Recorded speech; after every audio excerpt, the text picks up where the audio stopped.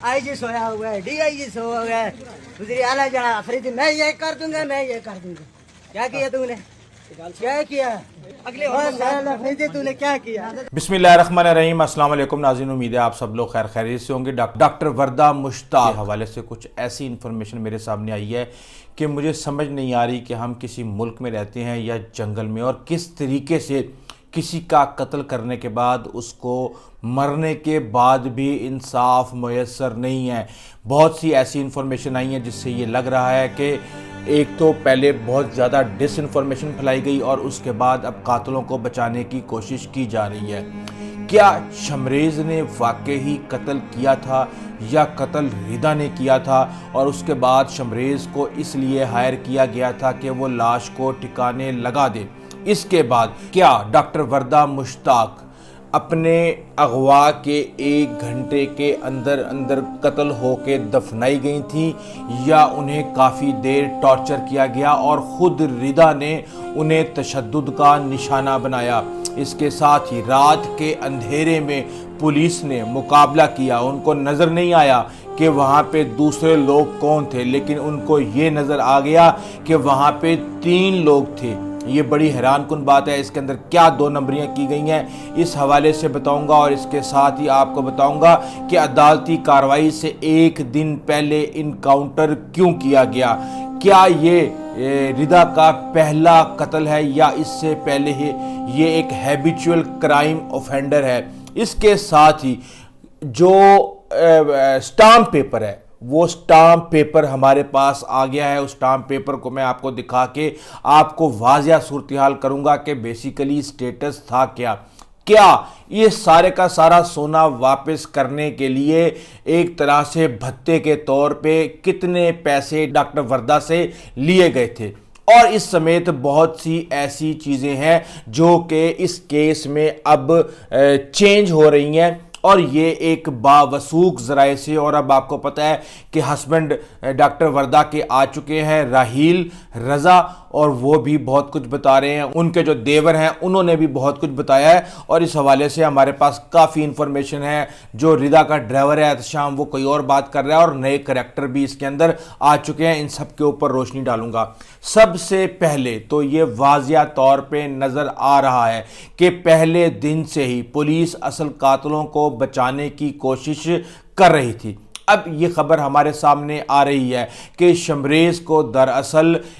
10 लाख रुपए दिए गए थे, और उसमें नदीम और जो दूसरा परवेज़ है उसका भतीजा, उनको सिर्फ बचाया गया क्योंकि नदीम वफादार नौकर है वहीद बिल्ले का, जो कि रिदा के खामिद हैं, और जो परवेज़ है वो उसका भतीजा है। तो अब बात यह है कि ये अंदर ही अंदर जो है मामलात चल रहे हैं, और जो एक शख्स जिसके बारे में ये कहा जाता था कि ये, अब मैं तो हैरान हूँ कि DPO साहब ने भी उसको मरकज़ी मुल्ज़िम करार दे दिया, लेकिन जो खबरें हमारे पास आ रही हैं, कहा यह जा रहा है कि इसको पहले मार दिया गया था, और फिर ये कहा गया कि ये एक नौकरानी है और ये तशद्दुद की वजह से मर गई है, तो अब इसको दफनाना है। इसलिए शमरेज़ को रखा गया और उसको 10 लाख रुपया उससे मुकाया गया। 1 लाख रुपया दिया गया और अभी 9 लाख रुपया अभी देने थे, यानी कि इन्होंने कातलों के पैसे भी मार लिए। अब इसके साथ ही हम ये देख रहे हैं कि कहा यह जा रहा है कि 1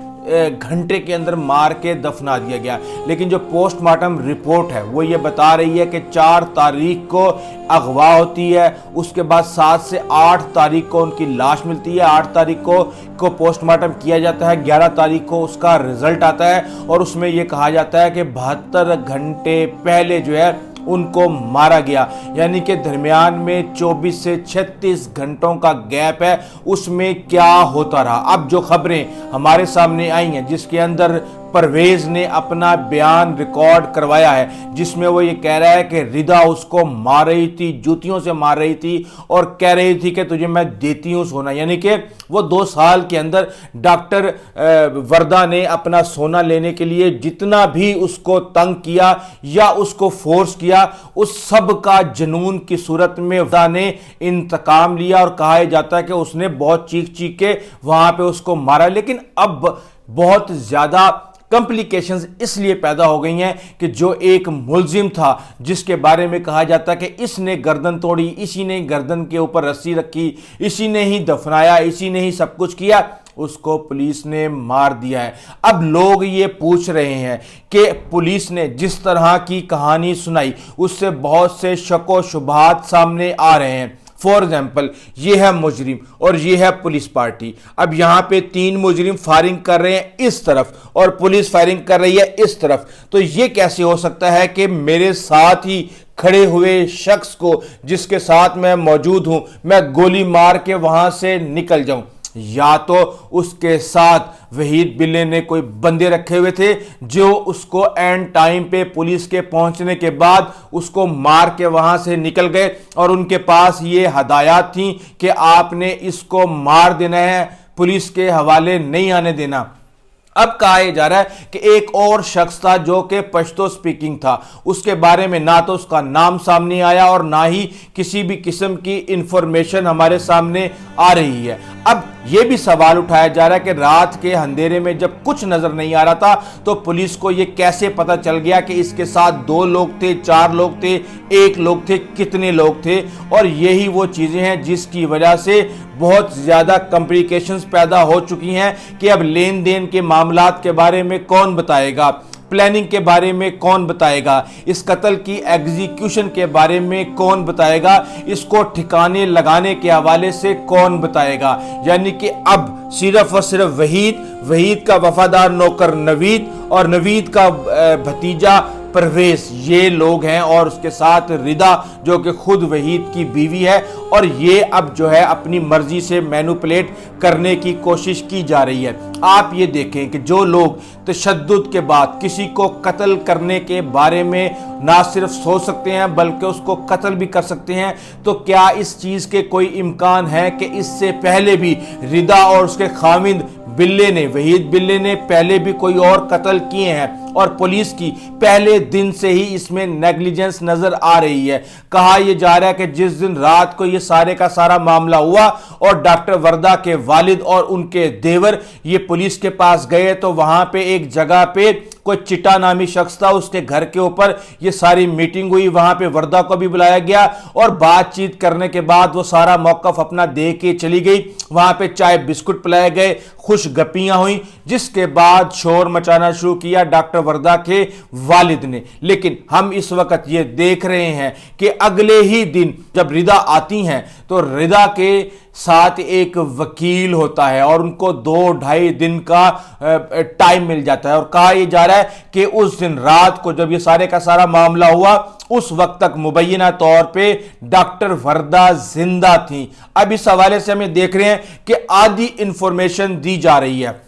جو سٹامپ پیپر ہے وہ آپ اپنی سکرین پر دیکھیں، یہ 18/10/2023 کو یہ اقرار نامہ بنایا گیا ہے 2 لوگوں کے نام، ڈاکٹر وردہ مشتاق، خاوند کا نام راہیل رضا، اور دوسری طرف وردہ جدون، اور ان کے ساتھ ان کے خاوند کا نام لکھا ہوا ہے وحید۔ اب بات یہ ہے کہ اس کے اندر صاف طور پہ واضح لکھا ہوا ہے کہ یہ 67 تولے سونا امانتاً رکھا جا رہا ہے بغیر کسی پریشر کے، اور جب کبھی بھی وہ واپس مانگیں گی تو ان کو واپس کر دیا جائے گا۔ اس میں کسی بھی قسم کے لون کی بات نہیں کی گئی، نہ ہی یہ بات کی گئی کہ ڈاکٹر وردہ مشتاق نے ردا جدون سے کسی بھی قسم کی کوئی رقم لی تھی۔ ہاں، یہ خبر ہمارے سامنے ضرور آئی ہے کہ کچھ عرصہ پہلے جب وہ سونا نہیں دے رہی تھی تو اس نے کہا کہ یہ سونا میں نے بینک میں رکھوایا ہوا ہے، میرے پاس 20 لاکھ روپیہ کم ہے، آپ یہ 20 لاکھ روپیہ مجھے دے دیں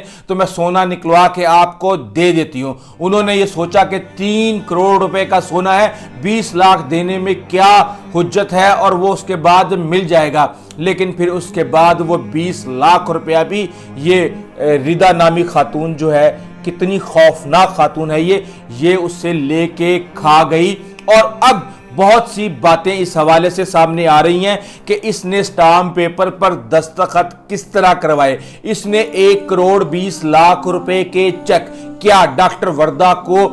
ٹارچر کا نشانہ بنا کے ان سے دستخط کروائے، اور جب یہ چیک क्लियर होने के लिए बैंक में गए तो वहां पर फोन कॉल की गई डॉक्टर वर्दा मुश्ताक को, लेकिन उनका फोन बंद था, जिसकी वजह से ये चेक क्लियर नहीं हो सके, वरना इन्होंने उसको लूटने का, ना सिर्फ उसकी जिंदगी लेने का, बल्कि उसको मुकम्मल तौर पे कंगाल करने का पूरा प्लान बना लिया था। अब डॉक्टर वर्दा जो है वो इस टॉर्चर के दरमियान बार बार ये कह रही थी कि मुझे जाने दो और मेरा सोना मुझे दे दो, मैं किसी को कुछ नहीं बताऊंगी। और रिदा जदून उसको कह रही थी कि अब तुम्हें कौन जाने देगा, और इस तरीके से जूतियों से जो है उसको टॉर्चर का निशाना बना रही थी। जो हमारे पास रिपोर्ट आ चुकी है पोस्टमार्टम की, हम आपको बता चुके हैं कि हथेली सूजी हुई थी, सारी कमर के ऊपर, बाजू के ऊपर खराशें थी, गर्दन टूटी हुई थी, आंखें बाहर थी, नाक से खून निकल रहा था, और बहुत ही कॉम्प्लिकेटेड जो है वो सिचुएशन थी बॉडी की। और अब उसके अंदर पता नहीं कि वो गला दबाने के दरमियान सब कुछ हुआ है या उससे पहले जो बयानात आ चुके हैं परवेज के और दीगर के कि रिदा जदून ने उनको निशाना बनाया, वो सब की सब चीजें सामने आ रही हैं। अब मुतालबा तो ये किया जा रहा है फैमिली की तरफ से कि इसके अंदर MI होनी चाहिए, इसमें ISI होनी चाहिए, इसमें FIA होनी चाहिए। तो मैं ये कहता हूं कि एक रिटायर्ड एयरफोर्स का मुलाजिम अगर उसकी बेटी को कत्ल कर दिया जाए और अगर उसको भी इंसाफ इस मुल्क के अंदर नहीं मिलेगा और लोग सिस्टम को मैनिपुलेट करके अपने मकासद के लिए हैबिचुअल किलर्स को फायदा पहुंचाते रहेंगे, तो बताएं ये मुल्क फिर रहने के काबिल है या नहीं है। जो एहतशाम ड्राइवर है रिदा जदून का, वो डिफरेंट स्टेटमेंट्स दे रहा है, जो रिदा जदून है वो डिफरेंट स्टेटमेंट्स दे रही है, शौकत जो है वो डिफरेंट स्टेटमेंट्स दे रहा है, और उसके बावजूद जो है हम ये देख रहे हैं कि चीजें किसी मंतकी इंजाम तक नहीं पहुंच रही। JIT के ऊपर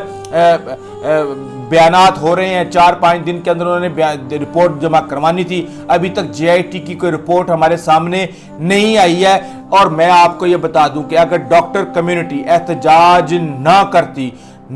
एहतजाज, तो ये सूरत हाल और ये केस अभी तक यहां पे नहीं पहुंचना था। बहरहाल रिदा ने इनके ऊपर तशद्दुद किया। सोना कहा जा रहा है कि कई बैंक अकाउंट्स अपने मुलाजमों और इर्द गिर्द के लोगों के नाम पे करके थोड़ा सोना सबका 2-3 तोले रखवाया गया था और फिर उससे पैसे इकट्ठे किए गए थे वहीद बिल्ले की तरफ से। हम ये देख रहे हैं कि उसको जिस सुजुकी पिकअप के अंदर डाल के डॉक्टर वर्दा को दफनाने के लिए गए थे, उसको भी 1 लाख रुपया दिया गया था, उसका भी कोई बयान अभी तक हमारे सामने नहीं आया। और कहा यह जा रहा है कि शमरेज अप्रैल 2025 में एक नौजवान 25 साल के नौजवान के कत्ल में मतलूब था। लेकिन इन सब सारी चीजों के बावजूद, और ये कत्ल भी ये ठंडियानी रोड के ऊपर जो है किया गया था, और जो डॉक्टर वर्दा को दफनाया गया था वो भी लड़ी बनोटा के जंगल में दफनाया गया था। तो ये सारी की सारी चीजें जो हैं ये इस तरफ इशारा कर रही हैं कि इन्होंने एक पैटर्न बनाया हुआ था कि जब कभी भी किसी को मारना है तो किस तरीके से मारना है। अब हम ये देख रहे हैं कि इससे पहले आपको पता है कि वर्दा के खामिंद राहील ये सारी इंफॉर्मेशन दे चुकी हैं कि किस तरह अब जो स्टाम्प पेपर है उसमें लिखा हुआ है शाहजमान कॉलोनी, जबकि हम बार बार इसको शादमान कॉलोनी के तौर पे कह रहे हैं। उन्होंने ये बताया है कि जनाब 2022 में दोस्ती हुई थी, पिछली गली के अंदर ये रहती थी, जिम के अंदर सारे के सारे मामलात हुए थे, और उसके बाद जो सोना और दुबई की सारी कहानी है वो मैं आपको अपनी गुज़िश्ता वीडियो में बता चुका हूं। बहुत अफसोस होता है, दिल खून के आंसू रोता है जब हम ये देखते हैं कि किस तरह पढ़े लिखे लोगों के साथ पहले तो वो अपने मुस्तकबिल की तलाश के बारे में अगर कोई ख्वाब देख भी लें तो वो ख्वाब की तकमील से पहले ही उन्हें लूट लिया जाता है। इस मुल्क के अंदर कोई आगे कैसे बढ़े कि उसको अपनी 70 से 80% एनर्जी सिर्फ और सिर्फ अपने इर्द गिर्द दरिंदों से, फराड से बचने में लग जाती है। क्या ये माहौल, इस मुल्क का माहौल इस काबिल है कि यहां पे कोई भी खुशी से तरक्की कर सके? यहां तालीम से लेके सेहत से लेके हर चीज के ऊपर माफिया बैठा हुआ है, और अब यहां जिंदगियों के व्यापार भी माफिया कर रहा है। मैं ये समझता हूं कि इसके ऊपर आला हुकाम को नोटिस लेना चाहिए। सुहेल आफरीदी तो इस वक्त सियासत में मसरूफ है, उनको बिल्कुल भी डिस्टर्ब ना किया जाए, उनको सियासत ही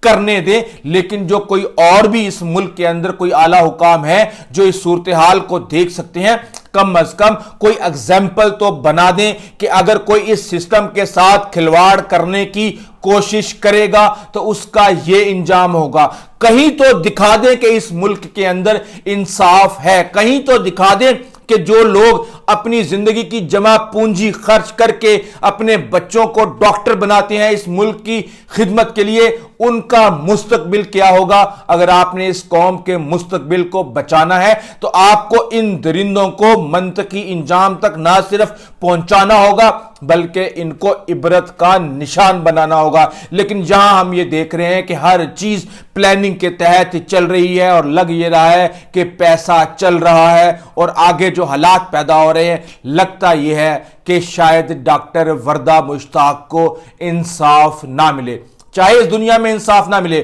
لیکن اوپر انصاف ضرور ملے گا۔ ابھی تک کے لیے اتنا ہی، آئندہ تک کے لیے اجازت دیجیے۔ اللہ حافظ۔